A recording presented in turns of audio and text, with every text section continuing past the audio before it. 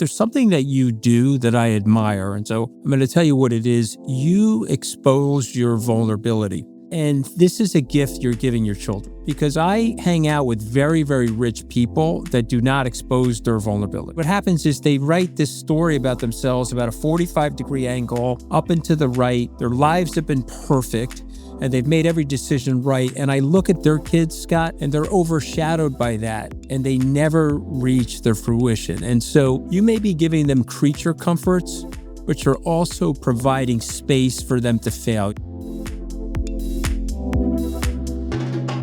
Hey everyone, Scott Galloway here. On this episode of The Lost Boys, Anthony Scaramucci and I take a look at the challenges young men face from a mother's perspective.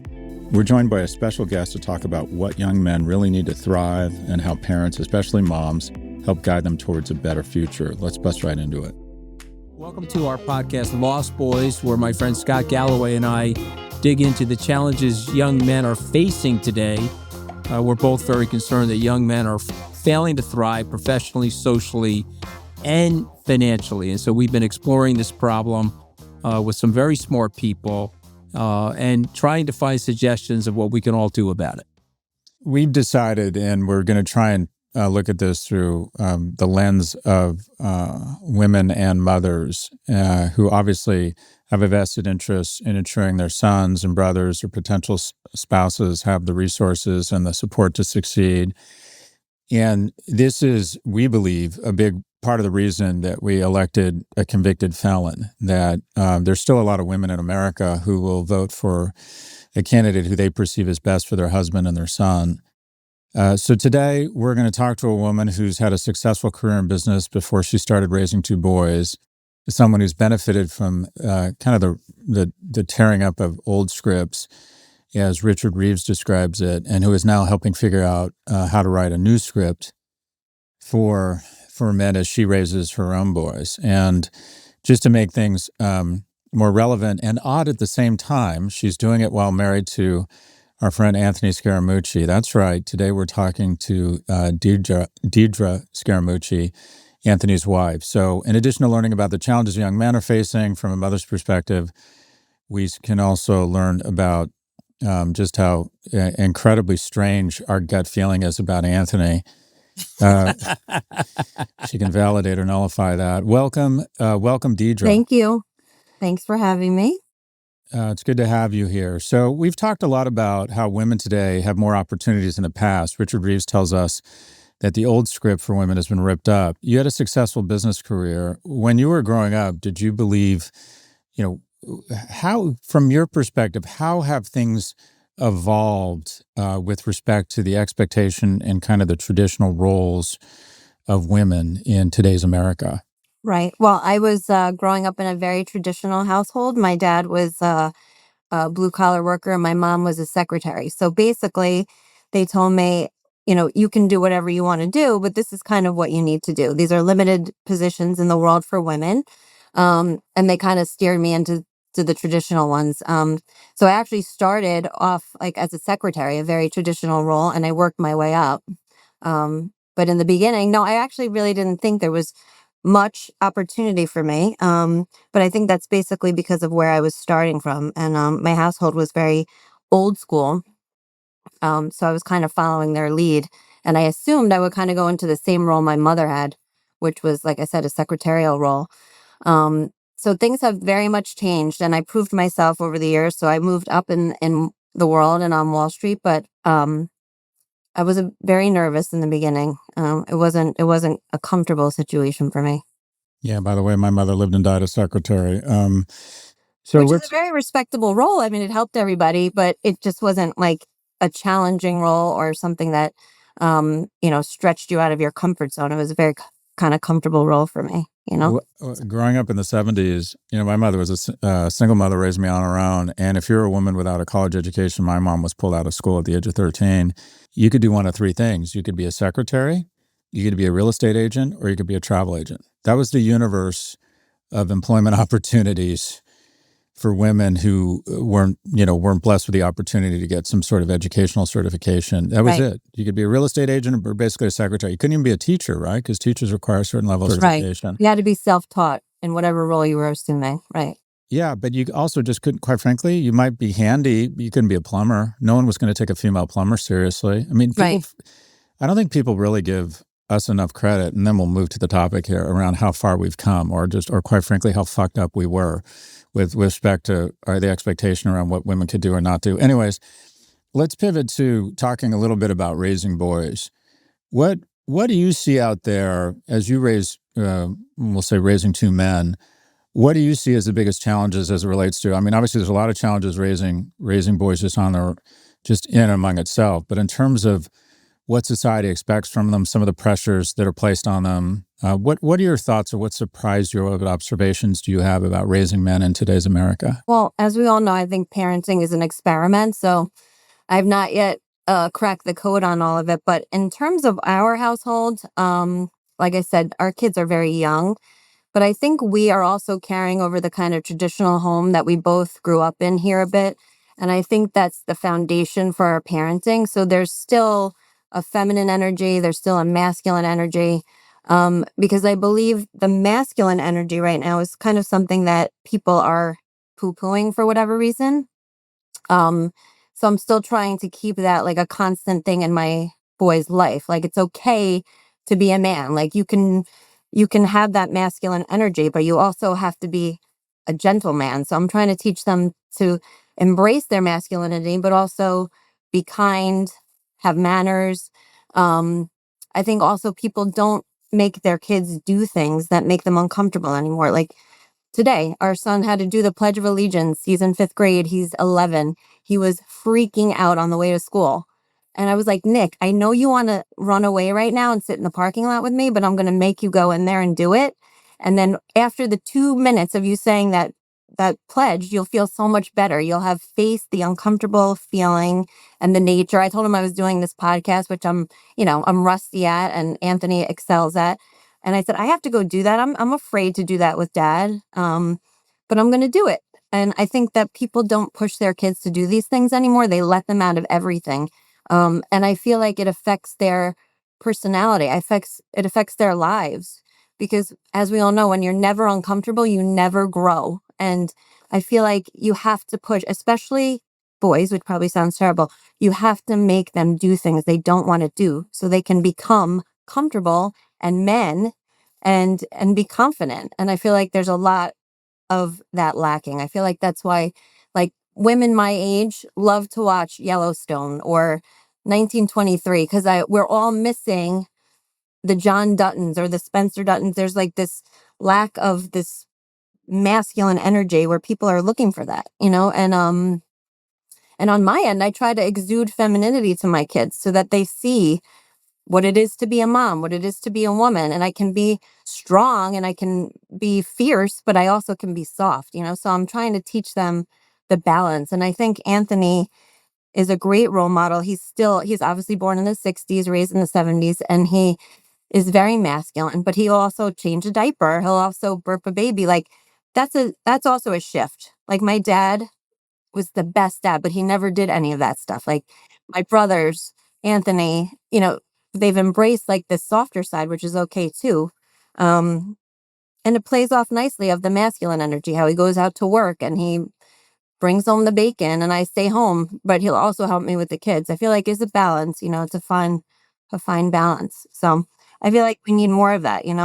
Yep. Let's talk a little bit about school. So Richard Reeves, some of his work has shown that he believes that K through 12, that the educational system is kind of inherently biased against boys. 60 to 80%, depending on the school district, of the teachers are women, that there's just not a lot of male role models for boys K through 12. And if you think about the behaviors that we endorse in school, sit down, be organized, sit still, be a pleaser, raise your hand, you're basically describing the activities that, quite frankly, girls have an easier time with than boys. Yeah. What is your observation as a mother with boys in school around the school system, how the school system interfaces with boys? Well, that's interesting because my school, the school that our kids go to, they actually had a male principal and they've each had at least two male teachers and they're only in fifth grade. So we happen to be lucky with that. But I think, yeah, when it's mostly women, it's more like you're being mothered again at home. Um, it's probably less modeling for how they should behave or how they should strive to be, and more just like you said, sit down, don't talk, you know, be polite, and all those things that your parents are already trying to teach you. So there's probably less example to follow. So that probably is an issue. But I don't know. I think that's just how it's always been and what people are used to. And I think a lot of the stuff that needs to be taught should really start at home. School is just an extension of it, but really your kid's personality is shaped at home. Friends and school are all outside influences, but they shouldn't be the main influence. I'm not hoping my kids go to school and take on exactly what their teacher models or examples or says to them. I'm hoping that they go by us. It would be nice to have it reinforced at school, but if not, it's our job to do it, you know? That's what What's the Scaramucci approach to screens with your kids? How old are your sons, Deidre? It's a rough time to raise a child. So 7, he'll be 8, and our other son just turned 11. And I think, like I always tell Anthony, we got totally punked at the time we have to raise these kids, because in 2014, when I had Nick, screens were not this prevalent, right? Yeah. Now Yeah. I'm like, is this real life? Like every day, I wish I could go back and parent with my parents. I have to fight with them about screens. I have to fight with them about social media. And these are young kids, right? So our youngest one has an iPad. So he'll play games or he'll watch YouTube. A lot of it is sports related. But then sometimes I'm like, what is that? Like it goes down the rabbit hole of totally inappropriate. And they're topics that are completely age inappropriate. And I have to then explain to them or reel it back in. And they've been exposed to a lot of things that people their age never would have known about, seen, heard of, unless their parents were talking about it 20 years ago. And that's a big challenge. I think, I've had to have the conversation, Anthony, too, about um, gender anonymity, or but even in the school we have that, because there's all gender bathrooms, there's this, and this is elementary school, but we've had really tough conversations about sexuality and all types of things that at 7 years old I never knew about.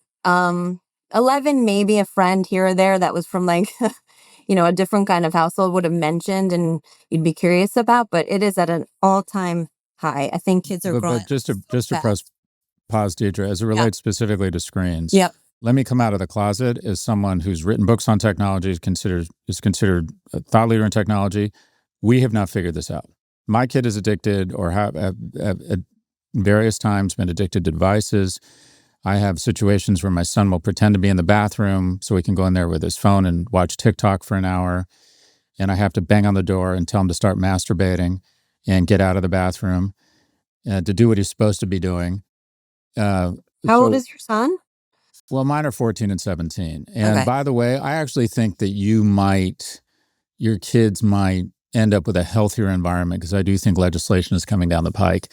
But do you guys have rules in terms of screen time? Do you have certain periods where they're not allowed to have their phone? Have you kind of done what most of us have done and given up? Like, what are the rules? What are the guardrails in the Scaramucci household around screens? Well, I am a complete and total pushover in many ways. So the screens, I would say, are a problem, a big problem, just like you. They're young enough now where I could still control it. Like they don't have screens at school. There's no phones going to school. There's no iPads going to school. But the minute they come home from school, they're running to the screen, running, running, running, running. And I look at them and I know that it's doing brain damage, because they go from one video to the next. They just swipe up, swipe up. Their attention span is getting completely wrecked by these videos. And by the way, it's total nonsense what they're watching. It's nothing helpful. So yes, I try to cut it off during the week. Then there's homework to do. There's sports. Fortunately, our kids love sports. So that's a great way to get them off the screens. They're gone for most of the afternoon into the evening with either practice or games. So that's really, really good. And that's the only thing that keeps them, unless they're sleeping or playing sports or at school, they're on a screen. That's the God's honest truth. Yeah. So true. we did this crazy thing where we literally installed a full court basketball. I know that this is ridiculous and not many people can do this, probably out of touch, but we put a basketball hoop in the front entrance of our house so that, because our kids love basketball, they literally have cut down their screen time, I would say, by half, because they're constantly just playing basketball in the front of the house, whether their friends are over or the two of them together, or the minute Anthony comes home, they ask him to play. So I kind of like did something ridiculous and put that there to try to coax them off the devices. I don't know. I think we just have to find other things for them to be doing. We'll be right back after a quick break. Support for Prof G comes from Nutrafol. Your hair and your journey with your hair is a very personal thing. And your hairline is often a reflection of what's happening on the inside. Hormones, nutrition, even lifestyle can contribute to thinning hair. So doesn't it make sense to target the key root causes with a physician-formulated product? For that, you can try Nutrafol. Nutrafol is the #1 dermatologist-recommended hair growth supplement brand, trusted by over 1.5 million people. You can see thicker, stronger, faster-growing hair with less shedding in just 3 to 6 months with Nutrafol. That's because Nutrafol supports healthy hair growth from within by targeting key root causes of thinning: stress, hormones, aging, nutrition, lifestyle, and metabolism through whole body health. Start your hair growth journey with Nutrafol. For a limited time, Nutrafol is offering our listeners $10 off your first month subscription and free shipping when you go to Nutrafol.com and enter the promo code Prof G. Find out why over 4,500 healthcare professionals and stylists recommend Nutrafol for healthier hair. Nutrafol.com, spelled Nutrafol.com, promo code Prof G. That's Nutrafol.com, promo code Prof G.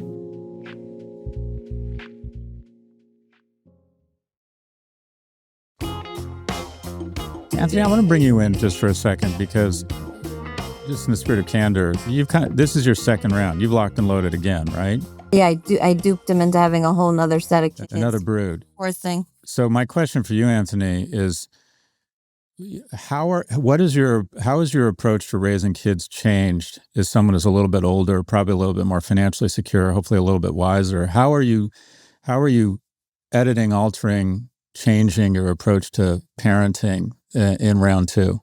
So, I mean, it's a seminal question, Scott. I had my first kids. My first son was born when I was 28. And just to set the scene, I had maybe still $100,000 of school debt. I was working at Goldman Sachs as a junior associate there. And, the money was okay, but I was living in a apartment in Tarrytown, New York, above a nail salon because I frankly didn't have any money. And so I was living outside of the city, taking the train into the city.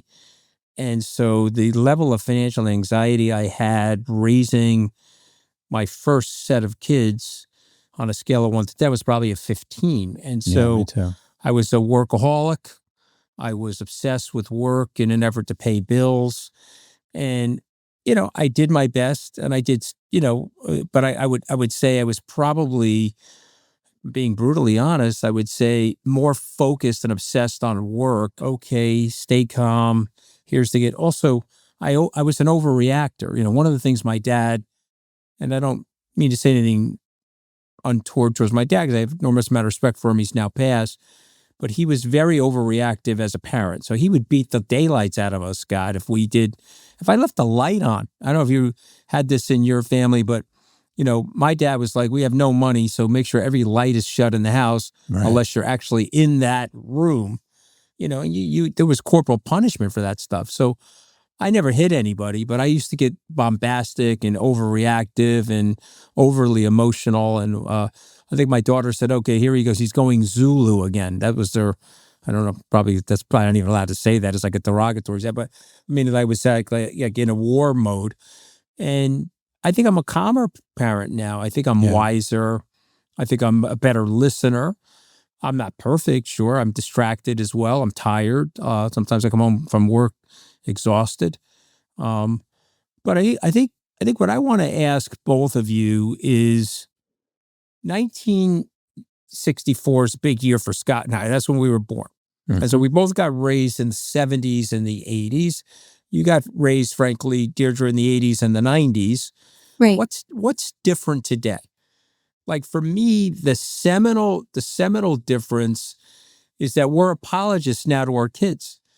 Okay, like in the they're in charge. in the 1800s, the kids got sent out into the field, shut up and don't speak until we tell you to speak. If you drop dead in the field, no problem. We're going to make another one. And then in the 80s, I was a latchkey kid. I don't know if you were, Scott, but I mean, my parents didn't even know where the hell I was half the time. I was running a paper route at age 11. My mother had no idea. I was taking the train to Met games by myself. My mother had no idea. And now we're like, the kids are in control. They're our bosses. We're subordinate to them in every step of the way. That's my difference. What are your differences? Scott, you want to answer? Sure. So it sounds like we had similar upbringing, and some of it's good, some of it's bad. And that is, I was raised, like I said, by a single immigrant mother, lived and died a secretary a lot of my life. We didn't have a lot of money, but it's not a sob story. It was fine. I had what I call a remarkably unremarkable childhood, and that is from the age of 8, my mom couldn't find babysitters. It was expensive for her. One was a religious freak and used to make me stand in the corner with my arms raised like Jesus Christ if I said the word God. I remember the next lady I had, when the ice cream truck would come, she'd give her kids 35 cents and me 10 cents. And my mom went crazy when she heard that. And so I said to my mom, I'll take the $2 a week and I'll take care of myself. And my mom used to leave the house before I got up and get home, an hour before I went to sleep. The television raised me. I was raised by I Dream of Jeannie and the Partridge Family. And I would say that whenever, my wife or anyone accuses me of being a sexist, I'm like, you got to keep in mind, I grew up on Yes Master and Jeannie Go to Your Bottle. I have come really far. I was raised on television. I used to come home at 3 and watch TV until 8 p.m. till my mom got home. I would make her a cup of tea. I'd already eaten dinner or not eaten dinner. But what I had like you, Anthony, was, I'm not exaggerating, Saturday morning, I'd leave the house at 9 a.m. with an Abba Zaba bar, a Schwinn bike, and 35 cents. And I would come home 13 hours later. My mom had no idea where I was. I was negotiating with older kids who would beat you up if you didn't have a big brother or something, they would run after you. We would go to 7-Eleven and my friends would shoplift. I mean, we were just like total hooligans. And but some of that, quite frankly, was good. You negotiated your peer group. You figured out social capital. My mom was worried I was going to get into too much trouble. I'm worried my kids aren't going to get into enough trouble. If my kid is 10 minutes late home from school, we call MI6. And I don't think a lot of that is good. You learn a lot when you're kind of have that type of freedom. Was some of it not productive? I went to public schools that quite frankly were just warehousing me. They weren't very good. But, like you, Anthony, you grew up, I think what we share is I very early connected the dots between a better life and money and wanting to take care of my mom and then ultimately wanting to have kids with success. And that really created embers or fire of desire to try and make money. And I've said this very openly, I didn't want to be a better person. I didn't want to save the whales. I didn't want to find my passion. I wanted to make money. Because the biggest stress in my and my mom's life, hands down, wasn't that my dad wasn't around. It wasn't that we didn't have enough time together. It wasn't any of that, or there was an emotional support. The biggest stress in our life was we just didn't have enough fucking money. It was just like a ghost following us around. Like my mom being stressed because we couldn't find the first month deposit to find a new apartment. It is something. The vacuum cleaner would break, and so we'd had a rake, and we would rake our shag carpet because we couldn't afford to fix the vacuum cleaner. So those things were very seminal. But the difference today is the overparenting. I'm worried we use so many sanitary wipes on my kid's life that they're not going to develop their own immunities. So much is done for them. There's a problem at school. I constantly have to say to my wife, he hasn't signed up for the ACT, he's going to miss it. I have to say, let him figure out this shit has consequences, that we're just not there to save him every time. And fortunately, they're pretty good kids, but it is entirely different. Deidre, had things gotten different by the 80s or 90s when you were raised? No, I was raised like you guys. It's interesting, like the gap there's 15 years between us, but I was in the same kind of generation, the way we were raised. I went home after school. My grandmother was there, but then after she passed away, I was a latchkey kid. I did my own homework. I made my own snacks. My kids come home and they literally at the bus stop, they hand me their book bags. And I'm like, but what I can't figure out is where is the breakdown? Like, when did we decide that we're so worried about our kids liking us that we don't want to enforce anything? Like, and I'm so guilty of this. I just don't really know what happened. Was like our parents were too hard on us, or was it too uncomfortable, or did we make it in life so now we think that they can just enjoy life because we know how temporary, like, what is the actual basis for this shift in behavior? I can't figure it out. And it seems like nobody our age can figure it out because we're all doing it. But it's such a stark contrast from what happened in our lives. But I think, like you said, we're so much more, put together. I don't know. I think we're just literally have zero expectations and we do everything for them. And we are crippling them, but I can't stop. And I don't know. I need therapy. I don't know how agree. I don't know how to gear up to, especially it seems like your wife has the same issues as I do. Like, natural consequences should be good enough. Like, oh, you don't have your Chromebook, you don't have your laptop, you have a test today, you were supposed to do it on the test. I'm not bringing it. That would be somebody from, our parents' generation. I'm running to the school, every night I'm charging the stupid laptop for him. Like it's just, I don't know how it started and I'm not sure how it'll end. So I want to hear both of you, your best example of how different things were, and something that strikes me. My mom didn't even sign my report cards. I signed them for her. So she had no idea what grades I was doing. I decided in the 6th grade to stay home from school, and she didn't know. And I just stopped going to school. And 2 weeks later, this red Mustang parked outside of our condo, and I recognized it, and it was the principal. And he came and knocked on my door, and he said, "Scott, you need to come back to school." He never called my mom. My mom never knew. I took 2 weeks off of 6th grade, and my mom never had any idea. Your turn, Anthony.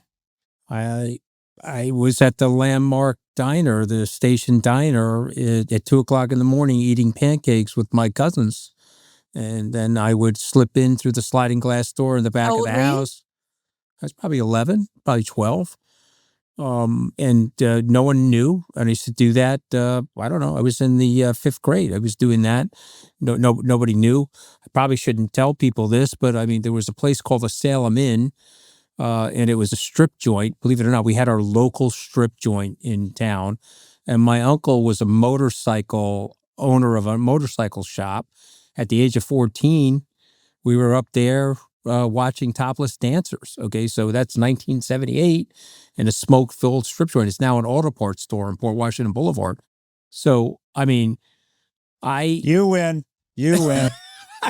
I'm not trying to win. I mean, I haven't even scratched the surface. Okay, but Oh my God. I'm just saying that we were so unparented. But it all goes back to technology, right? See, this is me. So you asked the question. I would love to hear Scott's answer.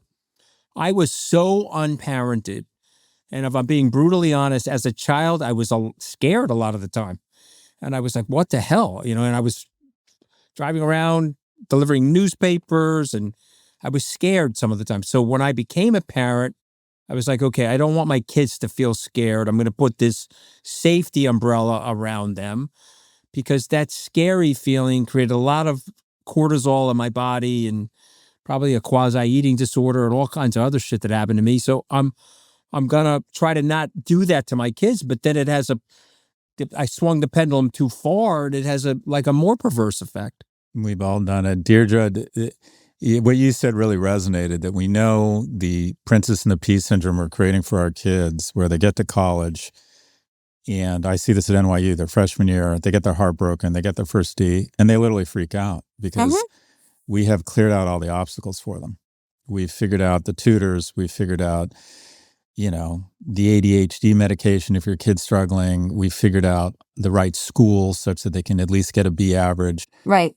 And then they face the real world with that is full of real obstacles that we can't clear for them, and they haven't developed the scar tissue or the immunities or the calluses. And something I'm not proud of, I'm the pushover, but once about every 3 months I lose my shit. Yeah, that's happens. And Yep. and I've grabbed my son by the scruff of his shirt and lifted him out of bed. I have physically kicked one of them in the butt. I'm not proud of that, but just like kicked them. I'm like proud to know you. Well, Did they threaten to yeah. report you? Because our kids did. Yeah, calls child services. Just make sure I never leave a mark. But my partner, my wife, has said to me, "Dad is out of control. You're having an outsized reaction." And I'm like, you know what? Their life is going to be filled with out of control, outsized reactions. I don't want to traumatize them. I don't want to scar them, but they need to understand that occasionally someone is going to have an outsized reaction to their bullshit. And I look back on it and I'm not proud of it, but I wonder if some of that is needed. And I'm just not one of these guys that wants to sit down with his boys and ask them how he feels about stuff when they're just behaving really inappropriately. I'm not a yeller, but I do yell. And I'm curious, Deidre, as someone who observes, I think Anthony's probably is a little bit like me. Like what is the balance between a dad, quite frankly, having that sort of dad energy sometimes that, quite frankly, can be a little bit, I don't scary, intimidating, and also, but ensuring you don't traumatize your kids. Well, that's the thing that I'm going back to is like, I don't think my parents were ever like, oh, I'm traumatized. I know for shit sure I was traumatized plenty of times. And I think I'm fine today. I'm functioning adult. I don't know why we're so worried about traumatizing them if they'll like us, but we are. So I can't figure that out. But so I have I have two brothers. One of them has kids. He's a principal, by the way. He will lose his shit on my nephews who are a little older than our kids. Rightfully so. And I get so nervous and so uncomfortable. I don't know what it is. My dad was kind of like you guys. He was so calm until he wasn't. Then it was like calm until the bomb went off. And then we were all like running for the hills because he exploded. And also we felt bad that we disappointed him. But when my brother does that, I'm like, wow, because he will get physical. He will not like hurt them, but he'll be like, you don't get to do that. Or like he will pull them aside. And my sister-in-law and I are like, or Anthony will sometimes get really strict and yell and raise his voice. One time he kicked a box of Bisquick and it exploded everywhere. My kids always say now, "Oh my God, Dad's about to kick the Bisquick." Like he's about to go Bisquick. It's about to go Bisquick.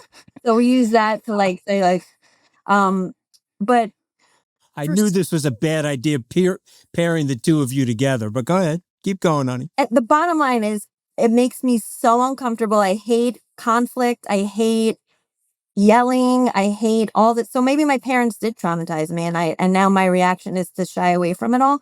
But I do think that they need that sometimes, like a wake up call. And Anthony pushes me to do things that I would let my kids slide on all the time. Like last night, again, Nick, 5th grade, spring concert.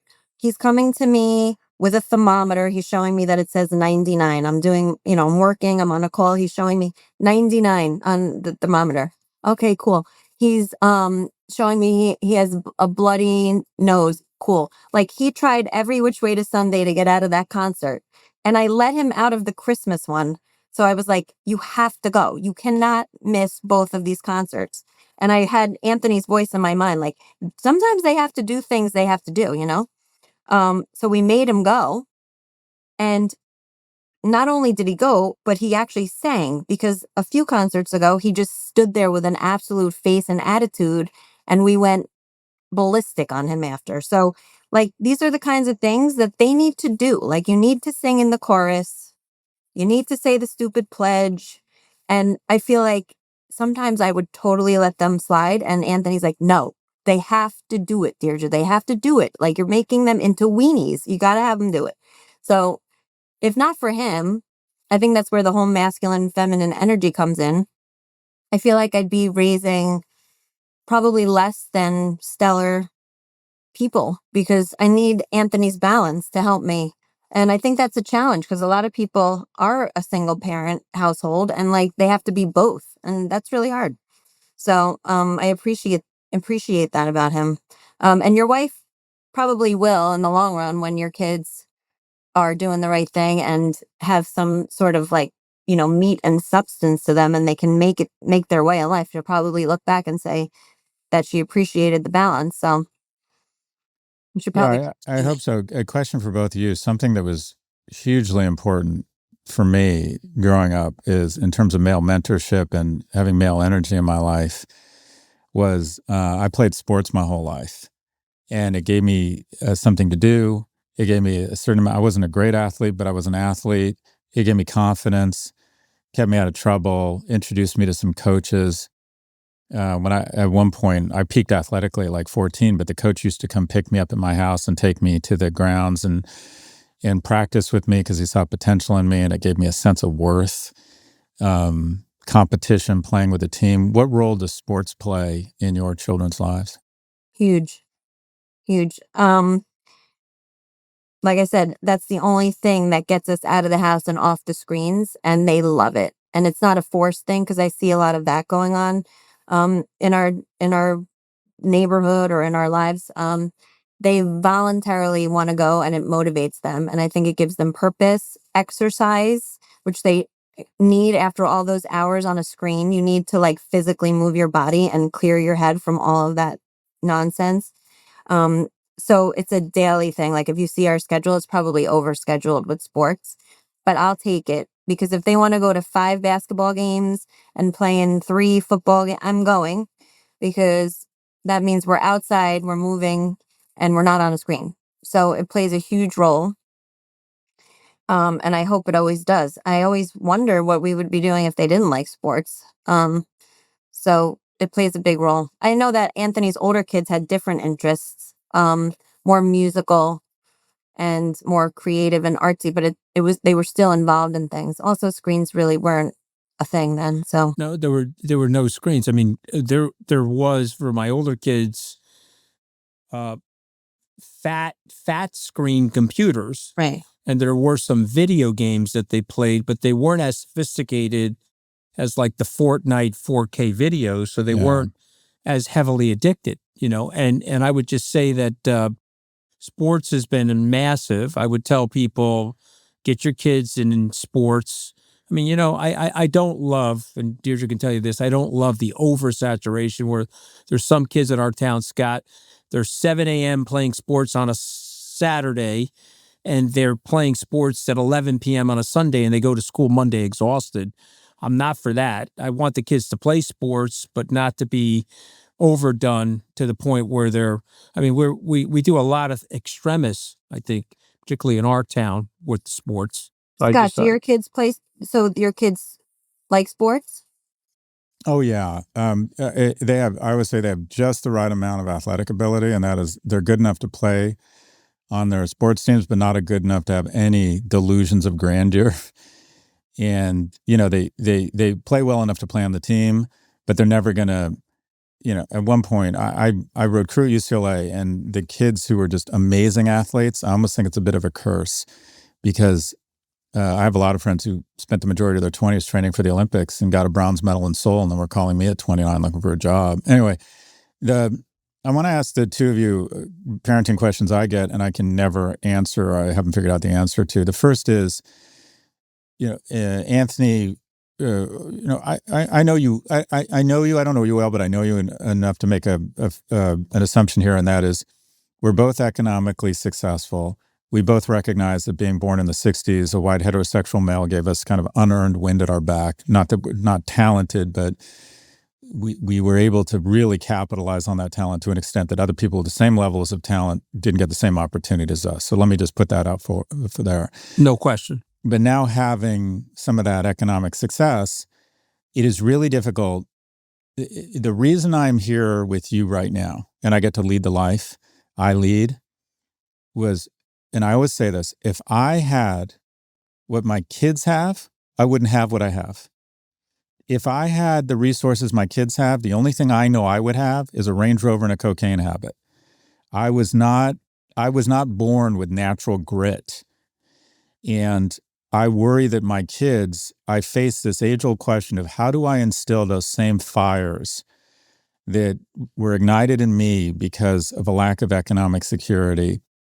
The old question of how do you instill grit in kids when the reality is, I say to I got upset at my wife. I said, my kids are in business class, and I had this terrible moment where this was like 5 years ago, my 9-year-old son is playing with his seat going back flat and up, and this very elderly woman goes rolling by on her way to coach. And I'm like, okay, we got to put the kids in coach. And she said, all right, you're flying with them in coach because they won't let them fly alone in coach. And I work so fucking hard. I'm not flying in coach. And so it's impossible not to let your kids enjoy some of the fruits of your hard work in economic security. At the same time, recognizing that's probably not good for them. So long-winded way of saying, what do you do to try and instill that same sense of grit that we had? And I think we've really benefited from. I'm going to take a stab at that, hon, and then I'd like to hear you say something. But I'm going to say something about you, Scott. Again, we're getting closer, we know each other some extent, but there's something that you do that I admire. And so I'm going to tell you what it is. You expose your vulnerability. And I listen to your podcasts. You're on my Google alert. Your podcast comes in. I listen, whether it's Pivot, the one you do with Ed, which I really love. And you expose your vulnerability. And this is a gift you're giving your children. Because I hang out with very, very rich people that do not expose their vulnerability. And Deidre hates the word rich, but I just said it. But because what happens is they write this story about themselves about a 45-degree angle up and to the right. Their lives have been perfect and they've made every decision right. And I look at their kids, Scott, and they're overshadowed by that and they never reach their fruition. And so you may be giving them creature comforts, but you're also providing space for them to fail. You're providing them, wait a minute, my dad, he had this upbringing, or he did this wrong, or he did this right. And there's a humanity and an authenticity that you're exposing your kids to that I admire. And I've said this to Deidre, I've tried to do that. I've tried to say, okay, look, got fired from the White House. I failed at this venture. My portfolio did this, or I had a setback here or there, because I think that's one thing. And then the other thing I would say is that you're very passionate about what you do. And I think that's the gift that I can give to my kids. And I tell my older kids, life is short. Mel Brooks said, relax. None of us are getting out of here alive. Enjoy your life, but pick something you really want to do. And so I think you met one of my sons. He's very passionate about his fund, and therefore he ended up going to Stanford Business School. I couldn't get him in there. I don't know anybody there, but he worked his ass off. My other son is into the film industry. I could have told him, no, you got to go to Wall Street like your old man. I said, go to the film industry. He just got his film into the Tribeca Film Festival. By the way, I'd love to have you come to the premiere if you're in New York. But my point is, and my daughter's singing. And so to me, if you tell your two sons, I want you to pick the thing that you really love and go crazy doing it, but also understand you have space to fail, they're going to be very passionate and very energized. What do you think of that, babe? Am I saying anything you disagree with? No, but the interesting thing is the space to fail is what probably makes them less resilient, because most of the things our kids are able to do is because of the road that you guys have paved for them to do it, right? So we didn't have a choice. It was like, yeah, we kind of found something we like to do, but we also had to do it because you had to pay your rent, and you had to, if anything, provide some. Different generation though, babe. Right. So I'm just saying the irony is that they can find something they're very passionate about and pursue it and have the room to fail, because it literally doesn't mean they'll be living on the street like it might have been for somebody else, when we were growing up. But I think, yeah, being vulnerable, Scott, I actually really do appreciate that about you. I enjoy your personality. And I think the only way that our kids will succeed is if they do find something that differentiates themselves from their parents, that they're very passionate about and interested in. Because I see, and with myself also, when I really like something, I really like it, and I'll do anything to do that. When I'm meh about something or really don't care, I could be the biggest bum and not do anything. So I think they have to like what they get into, whatever that may be. I don't know, but I think that would be my suggestion for our kids, because obviously we've already sold the bag on not providing everything for them. They already have all of the stuff that someone would strive to attain.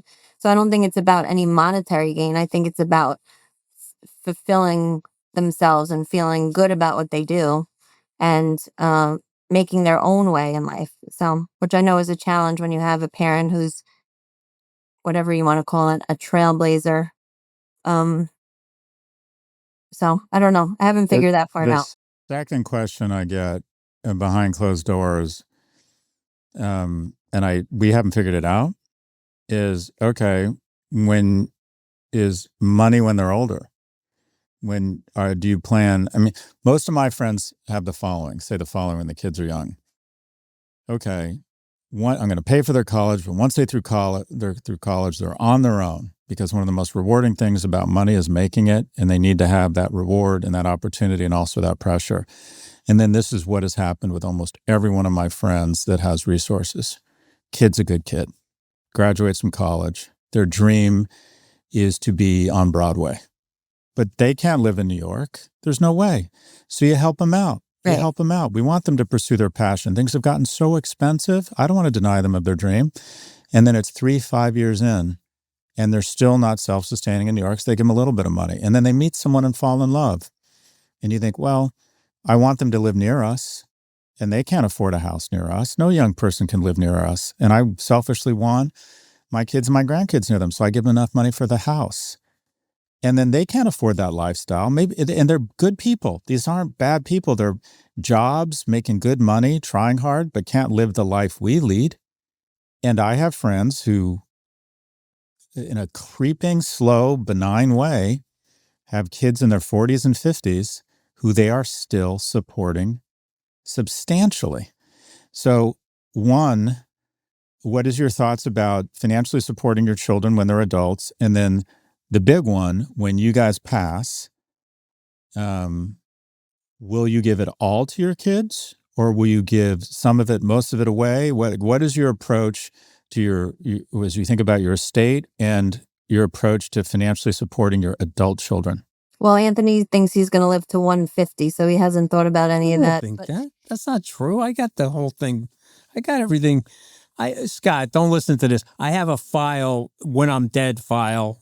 You open it up, everything is there. All you got to do is call the attorney. Lots of money flowing. You'll be just fine. But Scott, if I do die early, there's a lot of life insurance. So, the suspects abound. We know where to look. I'm just letting you know there's suspects out there. okay, answer the question, hon. No, I plan on, obviously, I've got some earmarked for universities that I went to and some charities that are important to us as people. But I do have a blue collar family, Scott. And so Deirdre will tell you that throughout my life, I have paid for tuitions, I've purchased cars, given down payments on houses. Someone has an emergency medical situation, I have provided money to, overcompensate for potentially lack of healthcare insurance and things like that. And so when you're from a family like mine, you want to take everybody with you, Scott. You're trying to help everybody in the equation. As I often say to Deirdre, charity begins at the home. So if one of her siblings or one of my siblings needs something, and again, I differentiate between I want a Rolls Royce, need, here's a beautiful Subaru. You follow what I'm saying? My point is, so I will definitely make sure that they Is there anything as such as a beautiful Subaru? No, all right. All right. I know you don't like Subarus, but I mean, she's upscale, Scott. She's uptown girl. But the point I'm making is I'm going to leave a reservoir of money for people that if they need something, there's going to be some availability. I see that as part of the mission. And I see that, and this is another thing I love about you. You don't need to work, but you're working. And creates vitality in you. It also creates intellectual fulfillment. And I want to work. I want to hopefully stay vital and healthy where I can work longer than my dad. My dad could not have made a day past 65, Scott. On a crane, 41 years, very physical, very hard work at 65. By the way, at 55, they took him off the crane and the union gave him a dispatcher's job where he was weighing trucks because it was just too physically demanding, but we're beneficiaries of a white collar experience, as opposed to a blue collar one. So I have a lot of empathy for people that are not situated, but for the grace of God. You and I have been, blessed by hard work, industry, of course, but we've also been blessed with some levels of intellect and some levels of industry that have made it happen. So yeah, I plan on helping the people around me first and then the charities. But in my mind, charity begins at the home. Deidre, what's your approach to... Well, my thing is this. I think because of how we grew up and who we really are, fundamentally, Anthony and I kind of grew up very similarly. In my mind, we're just still the same people. Anthony just happened to be successful and is able to help everybody. But I think I'm just along with him for the ride, really. So what I try to remember, what I don't really need much help remembering, is we try to live below our means. So, and we live in a town where we can kind of, people are pretty successful. It's an affluent town. So we kind of blend in. So we kind of keep it at the rate of our surroundings. So our kids don't see much of a difference between them and their friends. Like, we live in a neighborhood where we have a lot of friends that all go to the same school, and, the houses are all pretty similar. So it's not like, we live on this giant wicked estate where people are going up, this long driveway to see us. I think that we kind of see ourselves as the people we are and how we grew up, and we kind of keep it at that level. Of course, there are things that we do that are probably a little bit suspect if our kids were wondering if we're different, but we really do try to keep it low key. Like, I was laughing about Anthony this morning because I opened an Amazon package for the 7th day in a row, and it was an Amazon Superman t-shirt that he happens to be wearing. And I'm like, okay, this guy is 61 years old. He's permanently 12, apparently, and he shops on Amazon. That's his favorite, marketplace for his wardrobe. So I feel like there's just very normal things that we This is a big year for Superman, Scott Galloway. Okay, this is July 11th. It's the return of Superman. Okay, and if you're around, you want to come to the movies with me, Galloway, I'll buy you a bucket of popcorn. Okay, it's a big year for Superman. You can take the boy out of Long Island, but you can't take the Long Island out of the boy. That's the thing. That's what Anthony exudes, and so I think our kids appreciate that. We're just kind of living the way we grew up in a little bit nicer of a home, but nothing too extravagant. Well, I always say that to Deidre, those guys. I don't want to go to a big estate somewhere because there's a paradox to this, okay? There's a paradox to wealth. You give the big estate 15 acres, now your kids are lonely. You're going to fly privately everywhere? Okay, great. But now you're going to go on the yacht? Okay, great. But you're by yourself. I want the kids socially connected to other kids, because I think there's a paradox to wealth. I think it creates loneliness, and then it creates, I'm eccentric enough. I don't want to be, living that lifestyle where I'm going to be even more crazy. Yeah, I respect that. But I don't do that. I think I really respect the fact that you've maintained some semblance of where you come from and are still in your old neighborhood and living what sounds like, below your means. We do not do that. And I'm not proud of that, but the way I rationalize it is I had a number and I thought, okay, I could work 12, 14 hours. I have such a desperate need for relevance and affirmation and economic security. I could easily work 14 hours a day for the rest of my life. And I said, I'm going to set a number. And once I hit that number, I'm going to slow down. And I hit that number. And now every year I meet with my folks and they tell me how much above that number I have that year. And we're very analytical about it. And I take that money and I either spend it or I give it away. I think hoarding wealth is a virus. I don't think anyone should have I'm a socialist this way. If you look at Daniel Kahneman, the Israeli-American psychologist, he's done so much good work on the relationship between money and happiness. And there is a relationship. Middle income are happier than lower income, upper happier than middle. But once you get above a certain level of wealth, there's no incremental happiness. So I'm a material, consumptive person. I love to spend money. I'm really good at it. I'm outstanding at spending money. I really enjoy things. I think there's amazing things you can do with your kids, with your wife. And so I spend a shit ton of money, and then whatever's left, I give away. And every year, I'm determined to maintaining the same number in terms of my wealth, because I think anything above a certain number is really infecting America in terms of income inequality. Spend money, it puts it back into the economy. Give money away. There's a lot of amazing charities out there. And I don't even do it out of ethics. I do it because it makes me feel masculine and relevant and like a baller. I love it because it makes me feel strong and like I'm important. I don't give money away anonymously. I'm not that nice. I want people to know. I want to show up. I want to shake their hand. I want them to be impressed and laugh at my jokes. Or I spend it. But I have not taken, I am not living in my old neighborhood. We live a crazy lifestyle. And I think the downside of that is I'm setting the bar too high for my kids. So I have, and I don't know if it's the right way. Sometimes I worry maybe I've screwed up, but my attitude is, I'm going to squeeze so much juice out of this lemon. I'm really going to consume. That sounds awful. I hear myself talking and it sounds terrible. But yeah, we're not back in Tarzana where I grew up. We're just not. I don't think there's anything wrong with that. I think that's the whole freedom of it. Yeah. And I know you have to hop, but what resonating message before we go, Scott? When you reflect on your way you were parented and you reflect on your parenting, what's the resonating message? What's the observation? What's the teachable moment?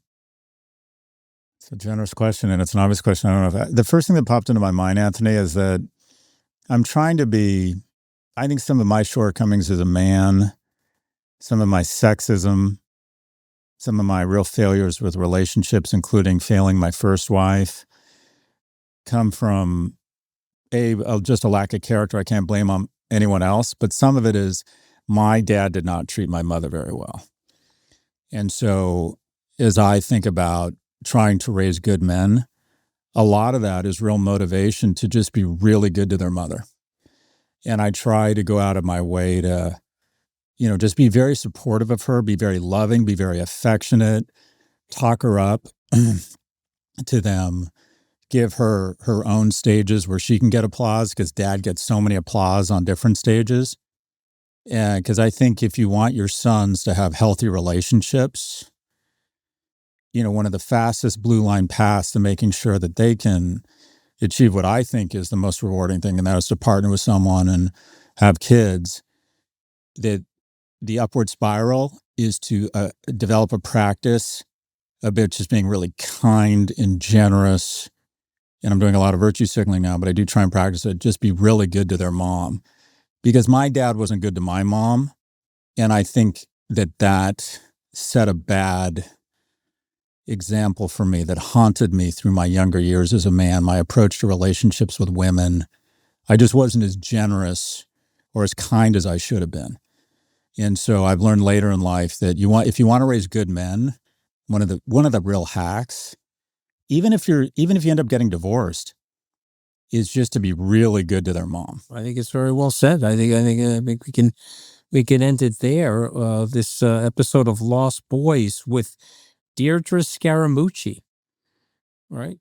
Soon to replace me as the co-host of everything that I do. I don't think so. Deirdre Scaramucci. As I was once told, Anthony's the flower and I'm the gardener. Okay, that is such bullshit, Scott. Don't listen to this bullshit. Fly on the wall here. This has got to be, it's got to be a weird, they're definitely, I see, if Anthony's whole crypto thing doesn't work out, or if things hit, I can tell you a reality TV show is coming our way. I can just feel it. No, thank you. No, that's something we have to pass unbelievably boring, believe it or not. All right. Scott, thank you, man. Thanks for joining us for this episode of Lost Boys. If you'd like more information, please go to our website, www.lostboys.men. Be sure to like, follow, and subscribe to Lost Boys wherever you get your podcasts. And please share it with someone who cares about this or should care about this, and let's spread the word. Lost Boys is a production of Salt Media and the Casablanca Strategy Group. Barbara Fedita and Keith Suma are executive producers. Tanya Salati is our researcher. Holly Duncan Quinn and Stanley Goldberg are editors. Special thanks to Christina Cassesi, Mary Jan Rebus, and Drew Burrows.